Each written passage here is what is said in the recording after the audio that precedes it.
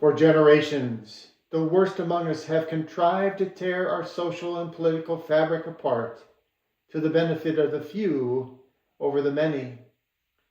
Their intent and mission have been diabolically simple: divide and conquer. And they have been wildly successful. It's the Pro and Con Show, brought to you today and every day by Citizen Statesmanship, the cure for what ails us.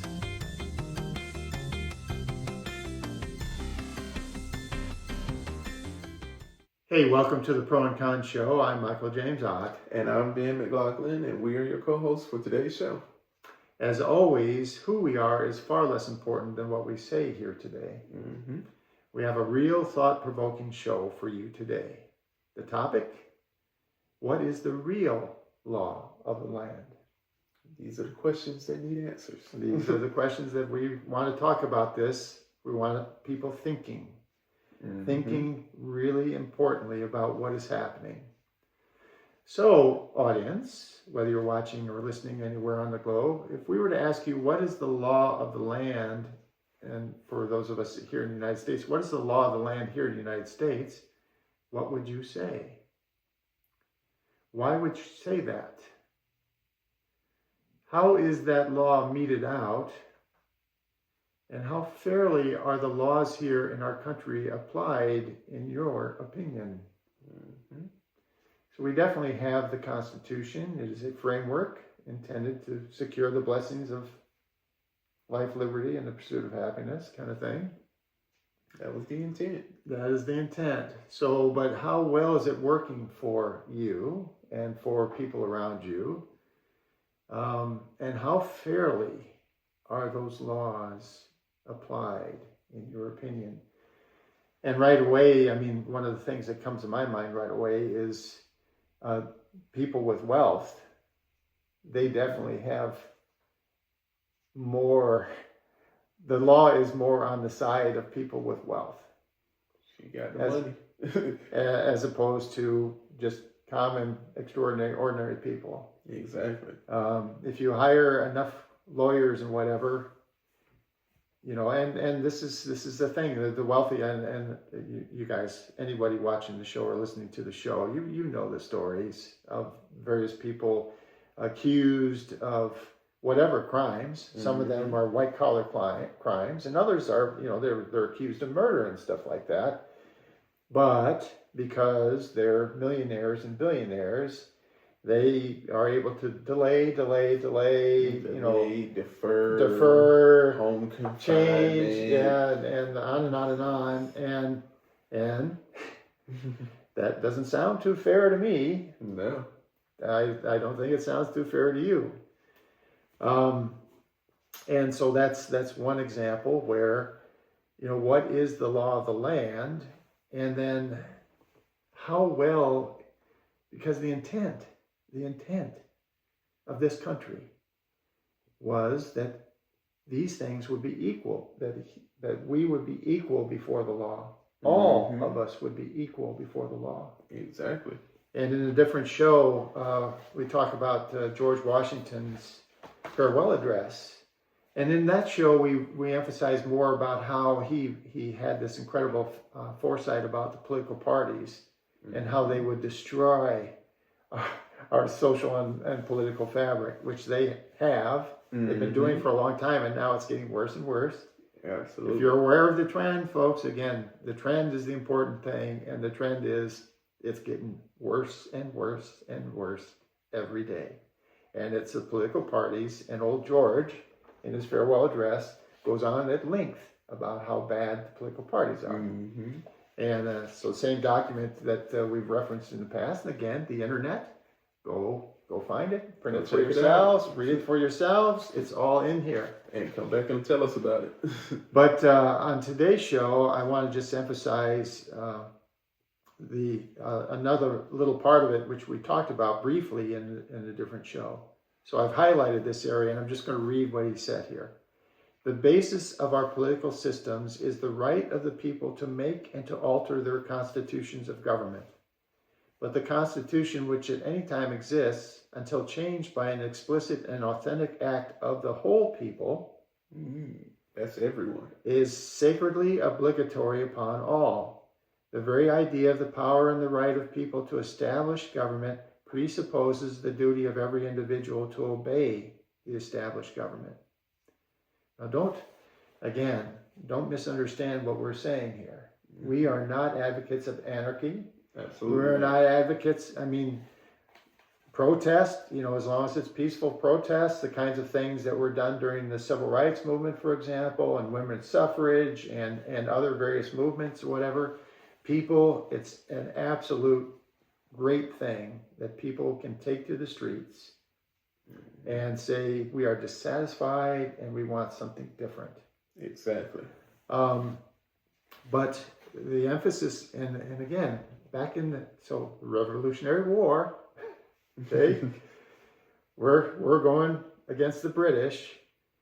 At the time, by far the world's most powerful superpower up until that moment.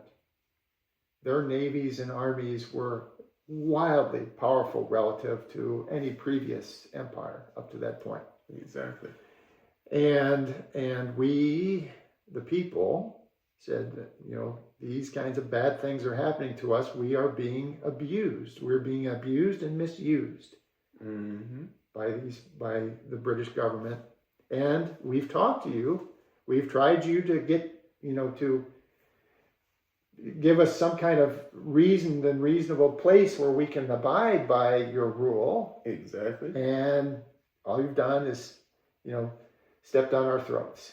And these were people that were not watching Fox News or CNN or looking for talking points on Facebook and Twitter.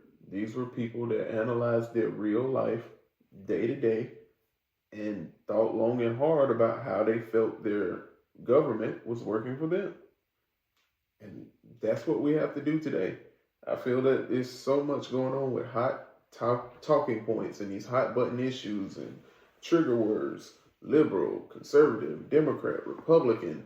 At this point, it's names. ICE, Bondi, Nancy Pelosi.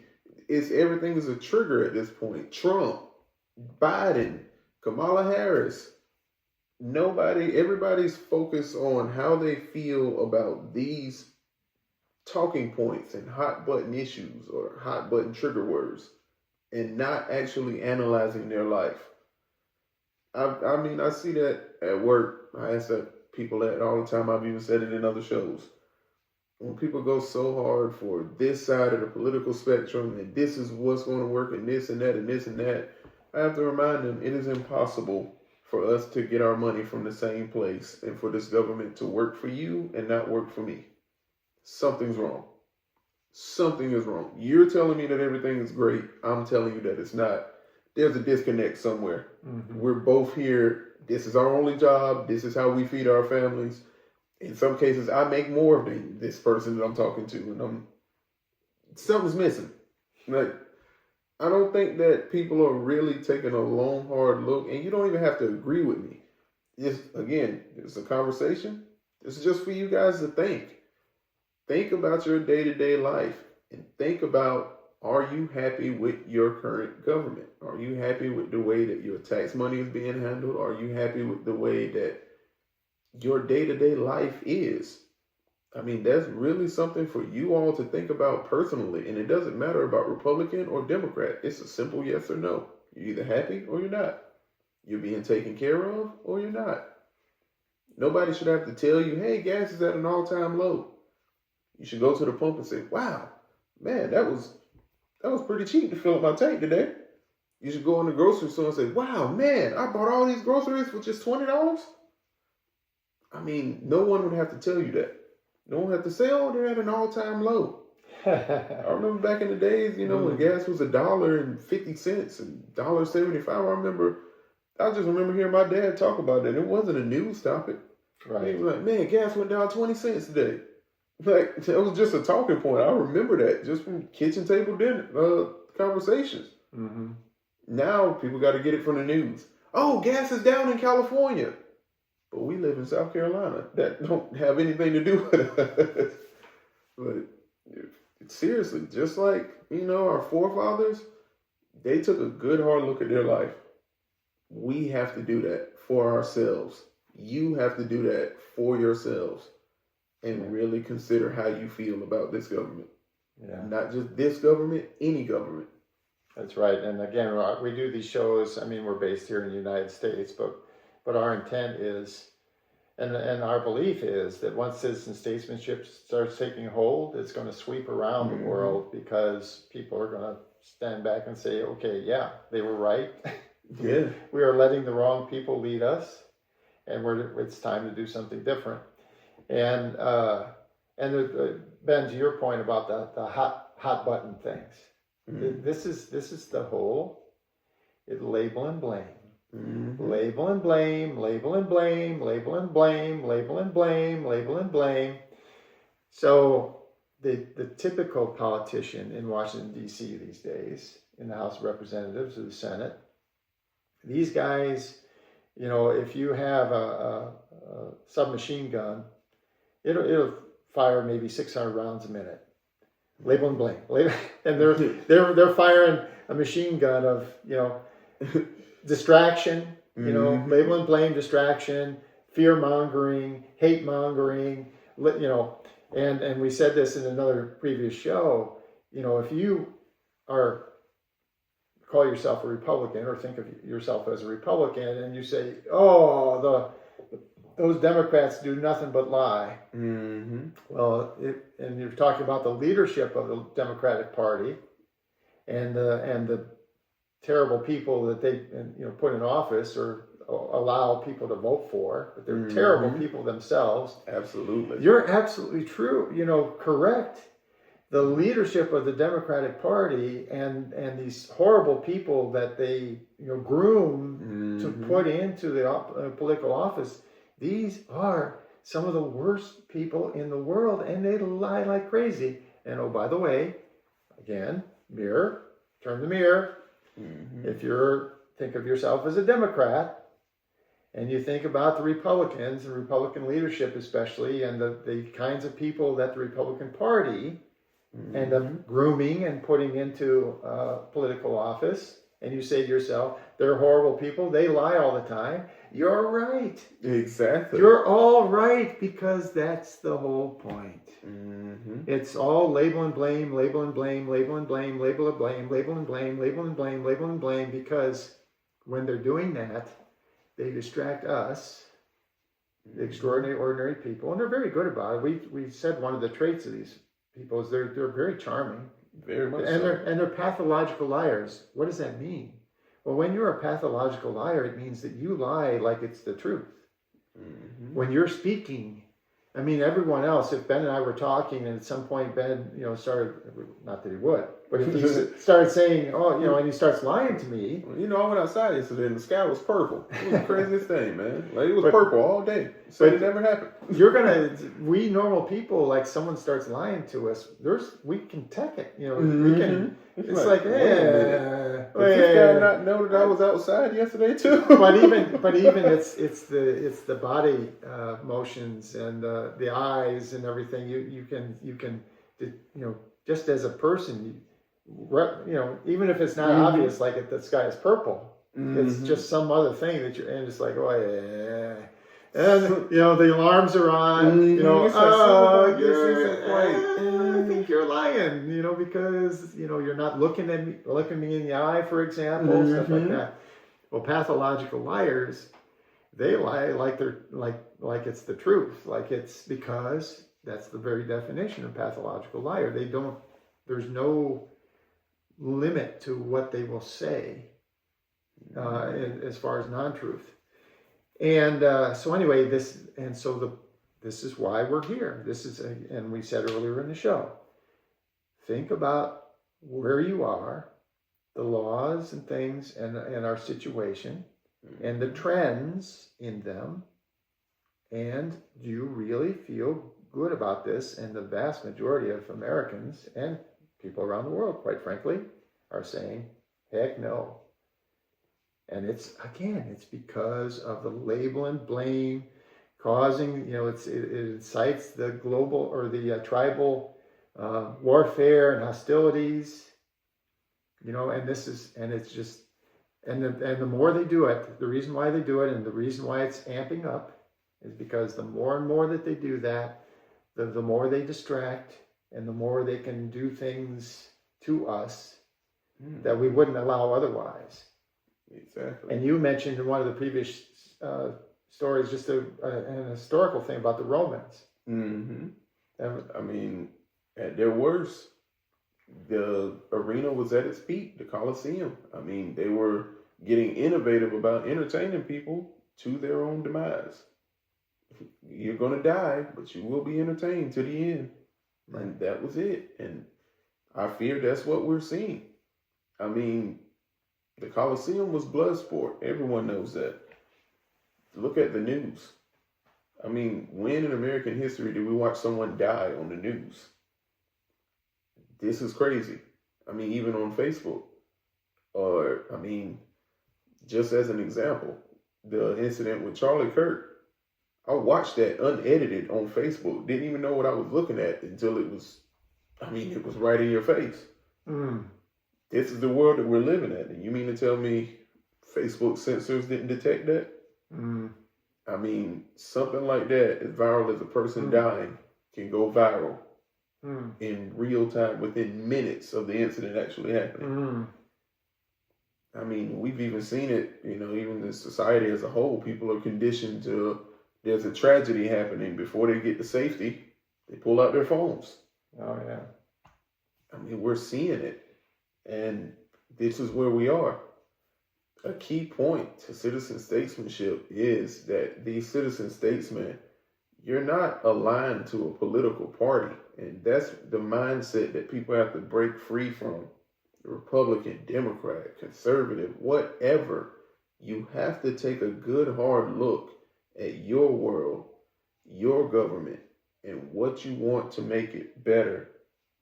And the hope would be that when you're called upon to serve, these are the changes that you would make for the greater good, not for a talking point. Because politics now, it's like the Super Bowl. It's not even like the Super Bowl. It's more like watching a college rivalry game. I mean, you have people that have never attended this school that they're a fan of that hate this other school that they know next to nothing about. But because they've gotten wrapped up in the excitement, I love this school and I'm rooting for these guys to beat that school. And when they win, you celebrate it. And it honestly brings nothing more to your life than entertainment value. All it does is take from you. And that is our government. People who latch onto these hot button issues, that's what you're doing. You're only care about these topics or care about them going one way or the other because you're rooting for your home team to win. And that is a very, very dangerous thing when it comes to how our country is run. And it's not, and again, old George Washington here with incredible foresight, he, and this other show, I think it was We Got This, was the other show where we talked about this at some length. But, and again, it's all about the political parties. And so I'm going to cite George here again, which is just to hit in this because we headed down this path. Let's talk about it a little bit more. So here's another quote directly from his farewell address. "The alternate domination of one faction over another, sharpened by the spirit of revenge, natural to party dissension, which in different ages and countries has perpetrated the most horrid enormities, is itself a frightful despotism. But this leads at length to a more formal and permanent despotism. The disorders and miseries which result gradually incline the minds of men to seek security and repose in the absolute power of an individual. And sooner or later, the chief of some prevailing faction, more able or more fortunate than his competitors, turns this disposition to the purposes of his own elevation on the ruins of public liberty." Now, again, this is Hitler. This is countless dictators and stuff like that. And so we can't overemphasize enough. We need to, when we talk about the political parties, again, just to be absolutely clear, the average person that identifies currently as a Democrat or identifies currently as a Republican or an Alliance Party member or whatever, Green Party, there's many of them. We're not talking about you being NARSOLES. You're the extraordinary, ordinary people. We're talking to you about the leaders of your parties, and especially the two major parties, and then the sycophants that they groom to make sure that keeps going. And this is the alternate, winning and losing. And Ben, you've said this in some of the recent shows about how, like in 2020 when Donald Trump lost, that wasn't the end of it. It wasn't. That was almost like the beginning. I mean, it was literally just like kept the going, next right? day people had Trump 2024 flags up. So and I didn't really think of that until you said it, but yeah, I mean, again, 20, 30 years ago, 40 years ago, you had whoever, you had Romney, or not Romney, but Reagan against somebody or whatever. And then the election happened and somebody won. And the other person said, okay, you won, we lost. And that was it. it just for faded away for a while, right? That was it. It was over. But I would argue even a lot of that was not as good as it could have been. But anyway, it was over. But to your point, it's never over anymore. No, It's just a constant. It's a constant. Just think about like Obama and Mitt Romney. After that guy was just gone. Just out of here. Yeah, and fine. Again, so. But it was respectful. I mean, as it should happen. Like, just like when Robert E. Lee lost the war, he said, "Hey, our time is over. That's it. No more fighting. This is America. The United States, they won. The Union won. You lick your wounds and you respect the victor and you allow them to do their thing." In politics, we don't have that anymore. I mean, like I just said, Obama and Mitt Romney. Mitt Romney, when he lost, he didn't spend his time, degrading Obama and insulting him and all throughout his presidency and holding rallies. Like, I mean, come on, man. This guy was holding rallies for the last 4 years, and he's still holding rallies, and he is the president. Well, That blows my mind. It's like, well, Trump, rather. Just Trump to be more clear. Yeah, Trump is holding rallies, and he is the president. That boggles my mind. It's like, anytime you talk, you can just call a press conference if you have something to say. But no, you got to have these people cheering for you and getting riled up for what? Well, and so I didn't get to this, so I'm going to come back to it. So I talked about the label and blame and like a machine gun. Label and blame, label and blame, label and blame. Well, there's a scale, there's a spectrum of narcissism. Just like there's, autism, for example, there's a spectrum, right? Okay. And so there's a spectrum of autism, there's a spectrum of narcissism. And so a lot of the NARSOLES that we've been used to over time, people like Lindsey Graham here in South Carolina and many others, and Nancy Pelosi and all these, it's been party agnostic folks, okay? Completely party agnostic. It's the political parties. It's the major people in the political parties. They're horrible. Agnostic, that's true. And then Trump. Trump is like a minigun compared to a submachine gun. He's firing label and blame at 6,000 rounds a minute. Yes. Label and blame, label and blame, label and blame, label and blame. He is an unbelievable machine as far as label and blame kind of goes. And that's why even though Lindsey Graham, whatever years ago, was a never Trumper, along with dozens and dozens of the traditional Republicans back then, like Mitt Romney and many others. There was tons of them, tons and tons and tons of them. But then when Trump pulled out his minigun of label and blame and mowed them down, all they had was machine guns. He had the minigun. It's like that Just scene, kill them all. that scene in the Matrix, you know. Yeah. Like, you know. Anyway, and so they had to acquiesce to the God of label and blame. Okay, you are the current God, and so now we're going to bend the knee, kiss the ring, because oh, by the way, yes, now that we're in your orbit, just like all the NARSOLES, you're doing all kinds of wheeling and dealing, and we find out about it, so we're lining our pockets and riding your coattails and having a great old time. Exactly. Because the NARSOLES, and just to finish the point then, you're amazed that he wants these rallies. Well, when we read the traits of the NARSOLES, oh yeah, they have to be admired. They just, and he just eats it up. He would have rallies, every day. He would have rallies every moment of every day if he could. Mm-hmm. He would have rallies every moment of every day if he could, because he is the penultimate NARSOLE, which means he loves to be lavished with praise.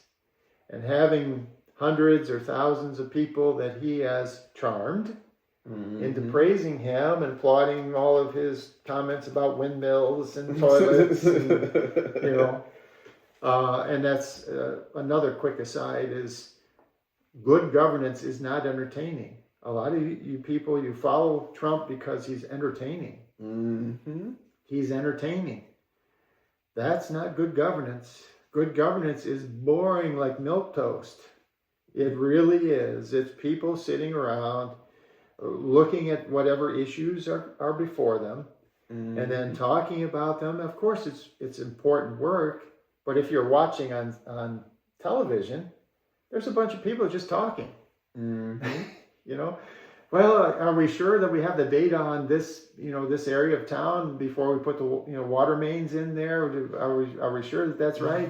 And then, well, let me pull out the report from, and exactly all the data. It's all the data and reporting and the paperwork, analytics, and everything, but that's good governance.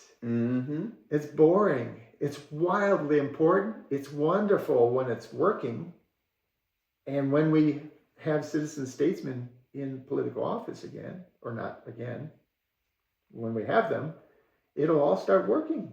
It'll be boring, but it's gonna be boring. But we'll get people who have real ideas. But it's going to be boring, because there's not going to be all this, gun,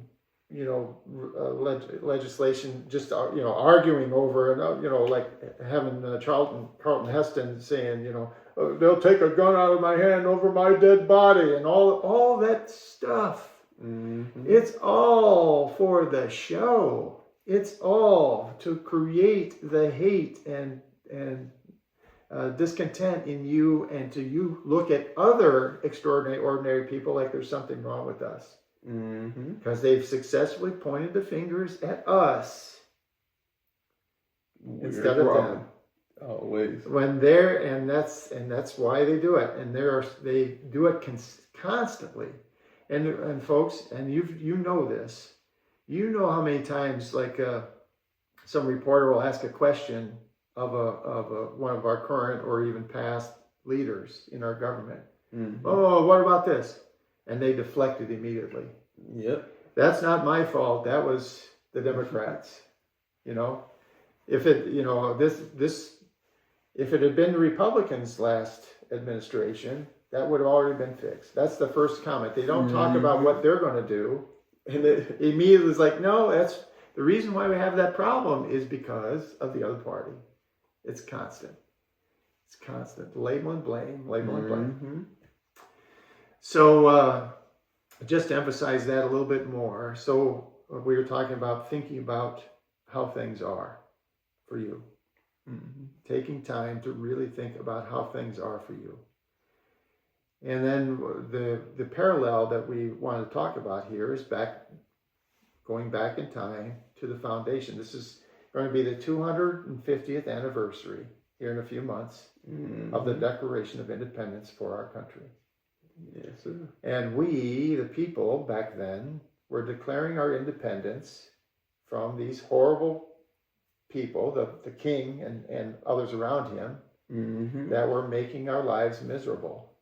Exactly. They were declaring that they're going to make their lives better by stopping and not listening and not doing what they wanted us to do. So Ben's going to just read a little bit from the beginning of our beloved Declaration of Independence, because amazingly, frankly, a lot of you haven't read it, or you haven't read it for a long time, but I think it's worth going. So go ahead, Ben, read some of that for us. In Congress, July 4th, 1776, the unanimous declaration of the 13 United States of America. It states this: when in the course of human events it becomes necessary for one people to dissolve the political bands which have connected them with another, and to assume among the powers of the earth to separate an equal station to which the laws of nature and of nature's God entitle them, a decent respect to the opinions of mankind requires that they should declare the cause which impelled them to the separation. We hold these truths to be self-evident, that all men are created equal, and that they are endowed by their Creator with certain unalienable rights, that among these are life, liberty, and the pursuit of happiness, that to secure these rights, governments are instituted among men, deriving their just powers from the consent of the governed, that whenever any form of government becomes destructive of these ends, it is the right of the people to alter or abolish it, and to institute new government, laying its foundation on such principles and organizing its powers in such form as to them shall seem most likely to affect their safety and happiness. Prudence, indeed, will dictate that governments long established should not change for light and transient causes. And accordingly, all experience hath shown that mankind are more disposed to suffer, while evils are sufferable than to right themselves by abolishing them, the forms to which they are accustomed. Okay, let's go ahead and stop there. So what does that mean? Well, it means, and you saw it clearly, that the governed determine the government. And all of you out there, I know we hear you. We talk to you. We're amongst you. Exactly. We hear you. We hear you praying, hoping for a better tomorrow. Because you know this is, and at this time it doesn't happen to be a king sitting in Great Britain. It's our NARSOL leadership that we have allowed to take control of our government, and they are causing the loss of life, liberty, and the pursuit of happiness. Exactly. And so it is our right, as it says there, it is our right to either alter the government or abolish it. Exactly. Now, we are not advocating abolishing the government, but we are definitely altering it by getting really good people in political office and getting rid of all of the electoral stuff that we've had for decades. Exactly. And you were saying earlier, Ben, that you wanted to talk for a few minutes maybe about how the election system isn't working. Yes, it doesn't. And it's for the point that I stated earlier. No, are you really voting for what you believe in? If you really take the whole of how you feel about life, how you feel about the way that this country is governed, no one side is offering a solution that is going to check off everything in your box. To that point, no one side has ever given you a solution to everything that you have in your box, regardless of who you voted for. And that's another thing. I implore you, the people at home, think about it. The past presidents, Republican, Democrat, doesn't matter. Has any of them fulfilled your basic requests? The things that would make you happy? Or did they just make you feel good because you voted for the winning side? And that's a question that you all have to answer. And are you going to continue doing the same thing? Are you going to continue supporting parties that do not have your best interest? Are you going to keep cheering for a team that you're not really a part of? I mean, that's really what matters. Because that's what it is. It's just like cheering for that college team. You're not a part of that team. You're not a part of their celebration, their award ceremony. You're not going to get a ring. But you do get the chance to spend money on merchandise. And it's the same thing in politics. You're not a part of this. You're not a part of this re-election. But you did make it happen. Mm-hmm. Without the fans, there's no team. Without the voters, there's no party. And see, that's the thing about we all of us, and again, other than the NARSOLES, they are a separate category, a small percentage amongst us. Other than the NARSOLES, the rest of us are extraordinary, ordinary people. There are no sides. The whole thing, left versus right, conservative versus liberal, all of it is the construct of the NARSOLES to point at someone else and blame, because they have to label and blame, because they don't want the fingers pointing at them, because when the fingers start pointing at them, their obvious faults, are wildly exposed. Mm-hmm. And again, just going back to Washington here, before I think we'll talk about a couple of preambles here for some constitutions. But Washington makes this point right here, okay? Right, it was actually fairly close to the beginning of his address. With slight shades of difference, you have the same religion, manners, habits, and political principles. You have in common cause fought and triumphed together. The independence and liberty you possess are the work of joint councils and joint efforts, of common dangers, sufferings, and successes. We, the extraordinary, ordinary people, we are the same. And yes, of course, we come in all manner of, tall and short, thick and thin, all manner of hair, eyes, and color of skin. Mm-hmm. Yeah, okay, we got all that going on. But it doesn't matter, because in the inside, we're all the same. We're reasonable, compassionate people who try to help each other within the limits of our resources and stuff like that. Mm-hmm. And that is, we should be, and we should, must, and shall be leading us someday. It's just a matter of when. When will we do that? But just to, there's a couple of, we think the preamble of our Constitution, and then there's actually the South African Constitution that's going to kind of help us finish framing what we think is important here. So go ahead. We the people of the United States, in order to form a more perfect union, establish justice, ensure domestic tranquility, provide for the common defense, promote the general welfare, and secure the blessings of liberty to ourselves and our posterity, do ordain and establish this Constitution for the United States of America. Now, that one point in there, I want to ensure domestic tranquility. Our Constitution is intended to ensure domestic tranquility. You guys feeling tranquil these days? That's the thing. The political parties, see, this is the Constitution is intended to ensure domestic tranquility.